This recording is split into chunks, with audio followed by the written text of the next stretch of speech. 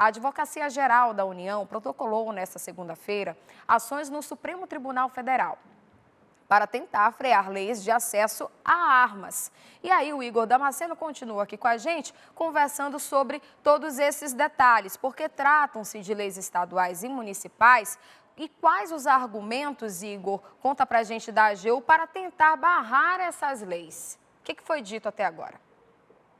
Olha só, Ju, recentemente o governo federal aprovou novas regras para o acesso a armas de fogo aqui no país. E a responsabilidade dessas pessoas, a concessão e também a fiscalização dessas pessoas que conseguem acesso a essas armas, agora é da Polícia Federal. É ela quem faz o rastreio, é ela quem faz o registro, é ela que faz o controle de quantas armas estão em posse legalmente com as pessoas, então tudo está concentrado ali na Polícia Federal. Essa é a nova regra que passou a valer desde o dia 1º de janeiro, quando Lula assinou um decreto ali mesmo durante a cerimônia de posse presidencial.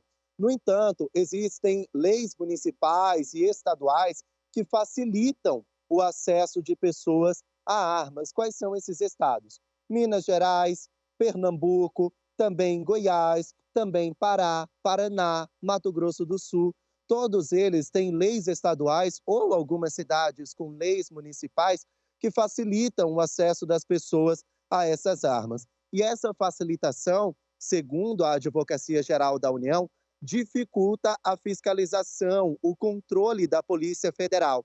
E é exatamente por isso que o ministro Jorge Messias, o advogado-geral da União, ele protocolou uma ação direta de inconstitucionalidade, uma ADI, ao Supremo Tribunal Federal, pedindo que essas leis estaduais e municipais sejam entendidas como inconstitucionais.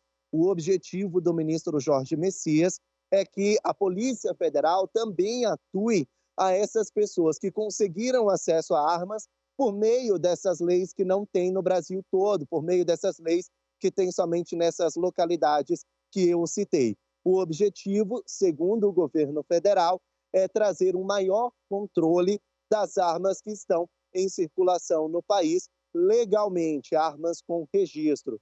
Então, ele quer que o STF entenda essas leis como inconstitucionais e que a Polícia Federal tenha o acesso, mais acesso a essas armas de fogo que estão em posse desses cidadãos, Ju.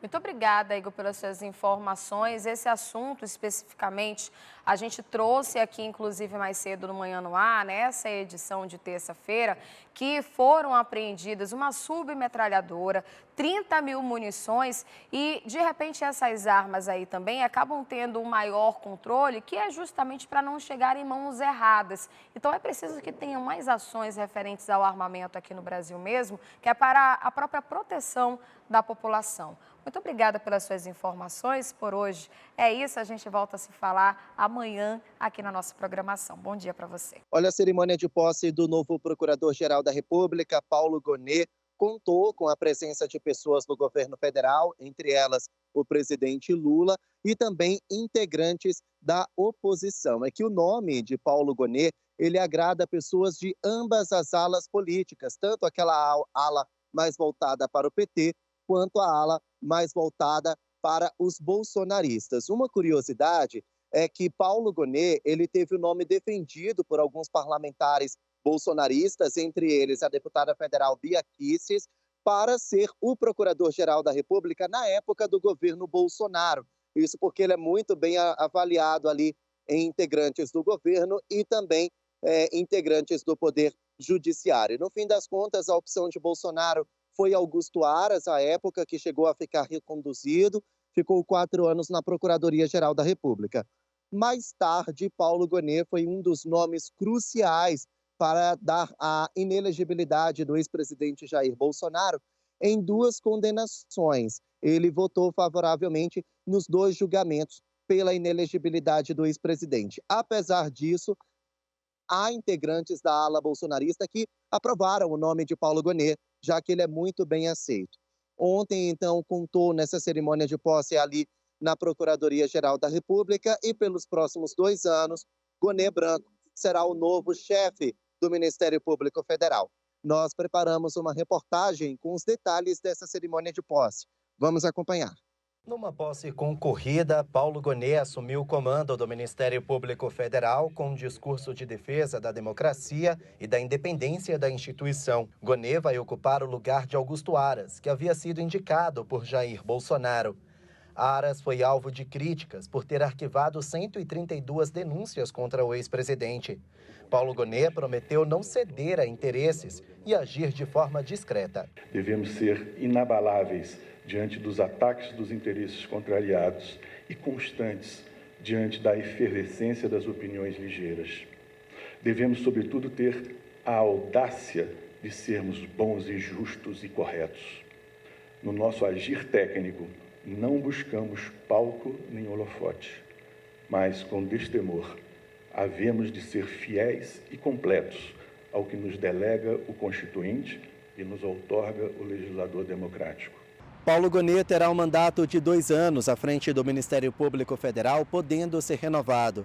O órgão representa os interesses da União junto ao Superior Tribunal de Justiça e ao Supremo Tribunal Federal. Entre as missões do novo PGR estão as denúncias contra o presidente da República, as quais ele pode acatar ou não. Gonet atuou como vice-procurador-geral eleitoral, representando o Ministério Público junto ao TSE. Nessa função, ele assinou o parecer para tornar o ex-presidente Jair Bolsonaro inelegível. Agora, deve assumir outras ações contra Bolsonaro, entre elas a acusação de envolvimento nos atos do dia 8 de janeiro e o andamento das recomendações feitas no relatório da Comissão Parlamentar de Inquérito que investigou os atos golpistas. Presente na cerimônia, o presidente Lula fez um discurso afinado com o novo procurador-geral. A única coisa que eu peço a você, em nome do que você representará daqui para frente na história desse país, é que você só tenha uma preocupação: fazer com que a verdade, e somente a verdade, prevaleça acima de qualquer outro interesse. As acusações levianas não fortalecem a democracia, não fortalecem as instituições. Se a gente quiser consagrar o processo democrático como o regime político mais extraordinário que o ser humano conseguiu inventar, o Ministério Público precisa jogar o jogo de verdade.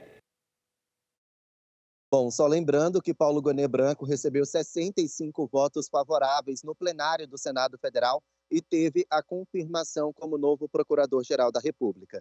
Antes disso, ele foi sabadinado e apreciado pelos membros da Comissão de Constituição e Justiça. Lá, dos 27 votos, ele recebeu 23 favoráveis. Então, é um nome que teve uma votação expressiva e há boas expectativas para os trabalhos dele, a atuação dele à frente do Ministério Público Federal. Juliana. E ele já tem uma vasta experiência relacionada à justiça aqui no Brasil, né, Igor? Veio também de uma experiência como professor universitário, atuou na justiça, vem atuando e agora é o principal representante aí do Ministério Público Federal e que pode, portanto, a partir de agora, ter esse mandato de 2 anos e que pode, inclusive, fazer ali denúncias, participar, fazer denúncias contra o próprio presidente da República e pessoas que tenham, políticos que tenham o foro privilegiado, como a gente diz, né? Então, é um cargo, de fato, importantíssimo e a gente espera que ele, assim, o cumpra com o seu dever. Quer ficar por dentro de todas as notícias e programação da TV A Crítica? Então já se inscreve e ativa o sininho. E até o próximo vídeo.